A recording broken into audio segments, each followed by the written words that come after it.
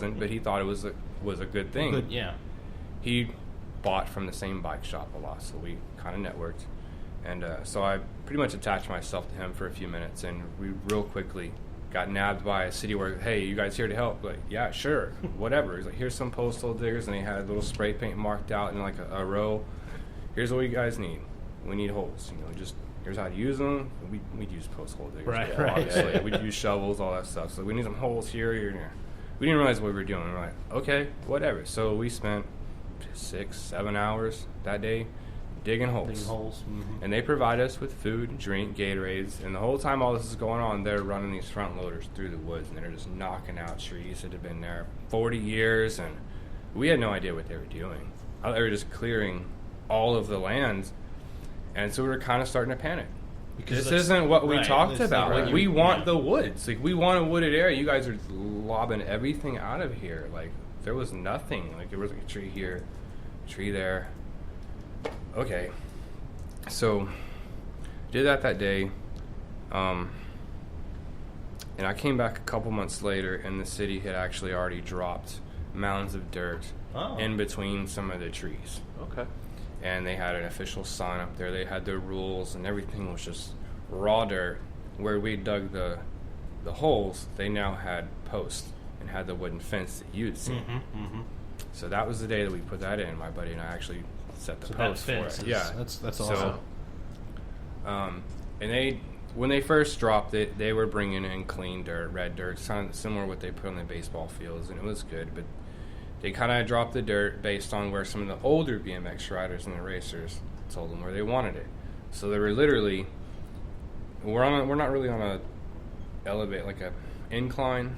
It is, but it's very slight. It's not enough. It's just barely enough for the water to run and cause a problem. So they dropped dirt in these spots and basically had 2 lines going the same direction, and they were each 3 jumps. So you had a takeoff and a landing, a gap between them, just open, flat ground, and then another landing, gap between them. And that's how it went on for the next 6-7 years. That's what everyone rode. They changed shape and they moved variations over the time, but the initial position, everything pretty much stayed where it was. I started digging there a little bit more as I got older. Started teaming up with some of the guys that were phasing out of the sport, getting a little bit older and just doing other things. A lot of them, they got a license and they quit riding bikes. Sure. I mean, that's what happened to me. So yeah, I mean, for us, a bike was not only transportation as a kid, but it was also what we liked to do. So it was a fun place to go. And dug a little bit here and there, kind of scratching around, kind of trying to put my variation on what was there. And you'd come back 2 weeks later to ride it finally after it had set it, and it'd be changed. And then you'd do a little bit of work on something else, and you'd come back. Someone would notice that had fresh work, and they would change it to what they think. So it was everyone just kind of fighting against each other. It was you had a group of 3 guys here, a group of 7 guys here, 5, 6, 4, 3, 2, 1, whatever. And they all came at different times, and they all did what they wanted because it's a public spot, and the dirt's there. One guy didn't like to ride what the next guy liked to ride. It wasn't like River Legacy. Right. That stuff had been there 30 years. Everybody who rode was there. If you didn't like what was there, there was enough of it you could ride something else. Or you could go ride a totally different section of the park, or just not ride that day. Here where we were very limited to what we had to work with, so it changed a lot. So I started digging what I say full time, which was actually putting in effort to try to design and make some stuff. In about 2008, I had a guy. There's a guy that had been out there before. He was an older local. And he'd come out there, and he just rolled through one day, and I guess, as he explained to me, he'd had the idea of coming out there to dig again, but wasn't really sure. And he'd come out there and seen that somebody had been dormant for a while, a few years at that point. Everything was kind of down, real low, wasn't rideable.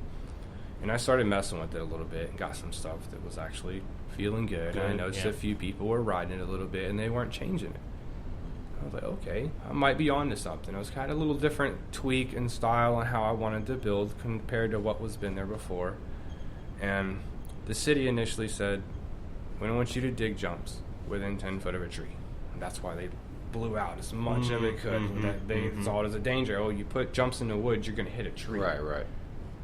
they were thinking completely from a legal standpoint at that point. And like we couldn't blame them. Mm-hmm. They put in all these safeguards, and I'm not a lawyer. I don't know how the liability gets limited with a, like, you know, saying, I imagine it's the same thing as if your kid falls off the playground and breaks his arm. You can't sue the city for your kid having an accident. Right. Yeah. There's a limited liability there. I mean, it's the same thing with the trails.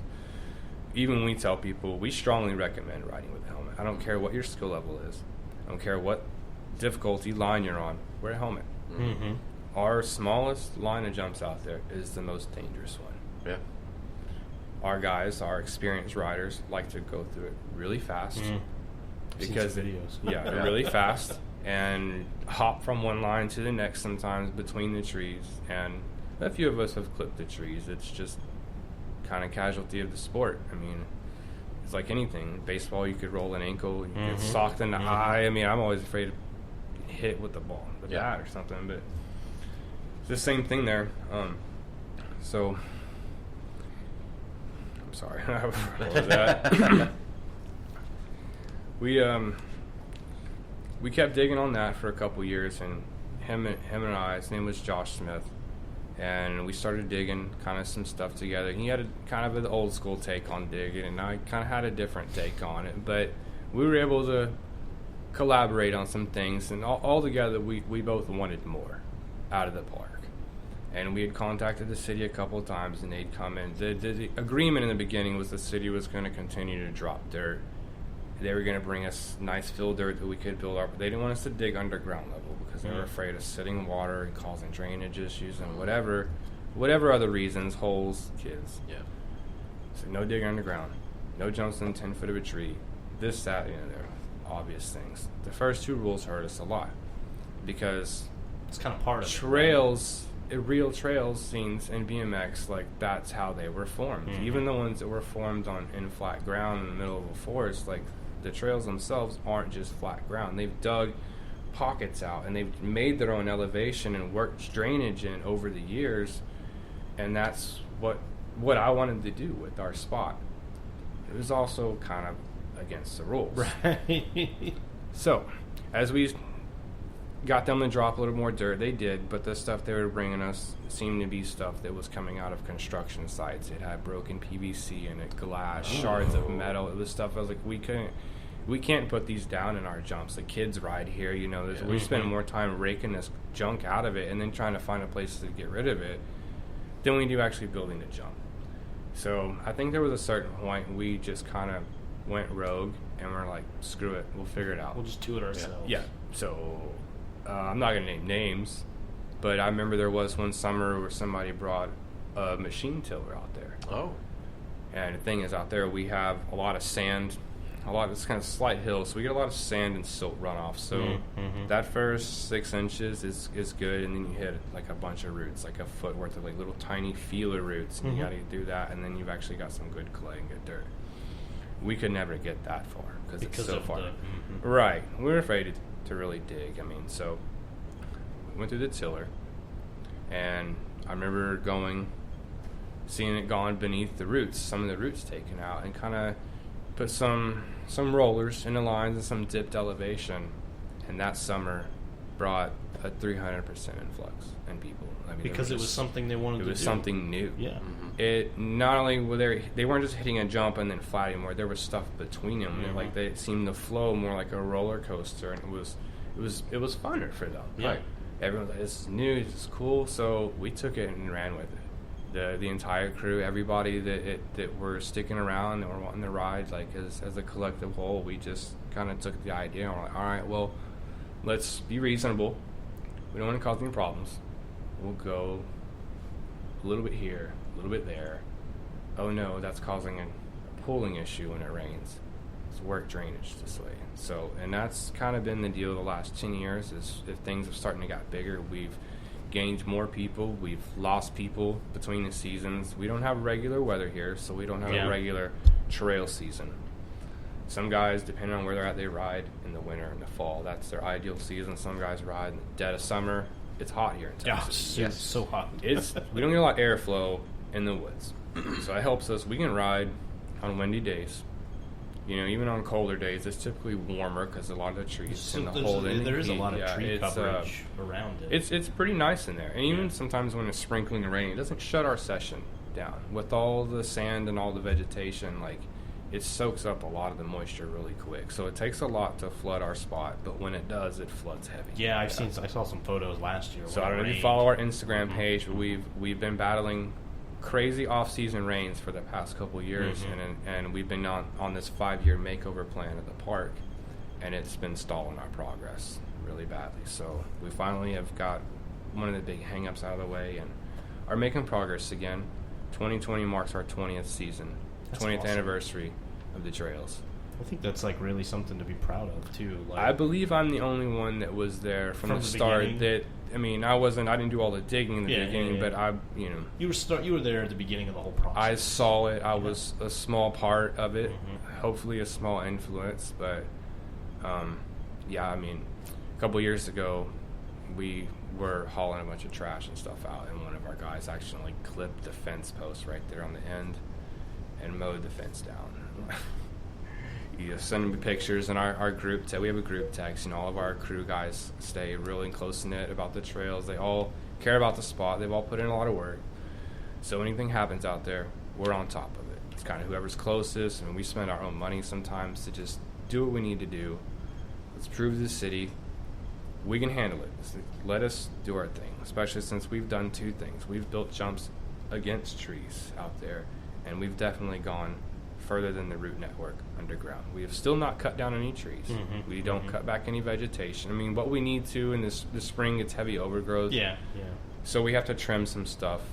But overall, if you've been out there at all, if you guys have ever checked it out, you look, a lot of the lines are actually punched through, like, the woods, but they're worked around all the trees, against the trees, over and around the trees, but we've not harmed any of that vegetation. And where we've dug really deep areas to create our own elevation, and it causes drainage issues, we then address the drainage. So I saw some photos with one of the big, into the ground was full of water almost. And we dug that I think in 2010 because it was a big open area, and we needed a source to start getting dirt to start adding to the lines, and then we kind of worked them in between, and we had plans to make like a big bowled out area that you could ride down in, and it just became more of a mud pit. Right. Swimming pool for a while, and we had to throw in chlorine tabs a couple of summers. It was a hot summer. It's just we didn't want to get eaten alive either. Right. Mosquitoes are already bad enough out there, are. So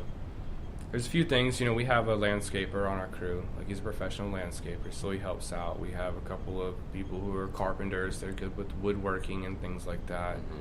Our guys that ride BMX and digging right out there, they come from all different walks of professions, but they all collectively enjoy riding bikes. We've all done this since we were kids at one point, and some of us put it down for the license or the girlfriend or the car or whatever. Some of us still, that's what we wanted to do. I mean, I do many other things, but I enjoy riding BMX as a pastime.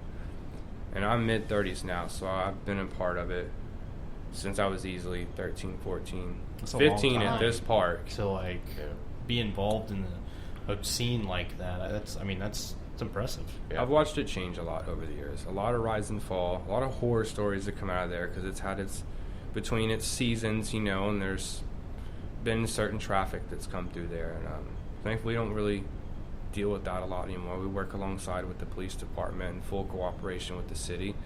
They're aware of how we dig now, and I think we've also proven to them by keeping the spot clean and tidy and not doing other illegal activities out there, but also keeping that spot riffraff free. That's one spot they really don't have to worry about it, even though it's 2.5, 3 acres of their property. We maintain it. They don't have to run their mowers back there. We trim what we need to. We don't cause it any harm, and we're back there often enough that it keeps bad traffic out. Yeah. So switching gears just a little bit. Yes, sir. We have a segment on our show we call the Tournament of Toppings, where we're trying to find the best pizza place in Arlington. What is your favorite pizza place in Arlington? My favorite pizza place. It's a hard call. It is, because there's so many. There's so many. Yeah. And there's a bunch of good ones. Yep. Mm-hmm. There's a couple that I will stay away from. I try to veer away from. We won't name them, but yeah.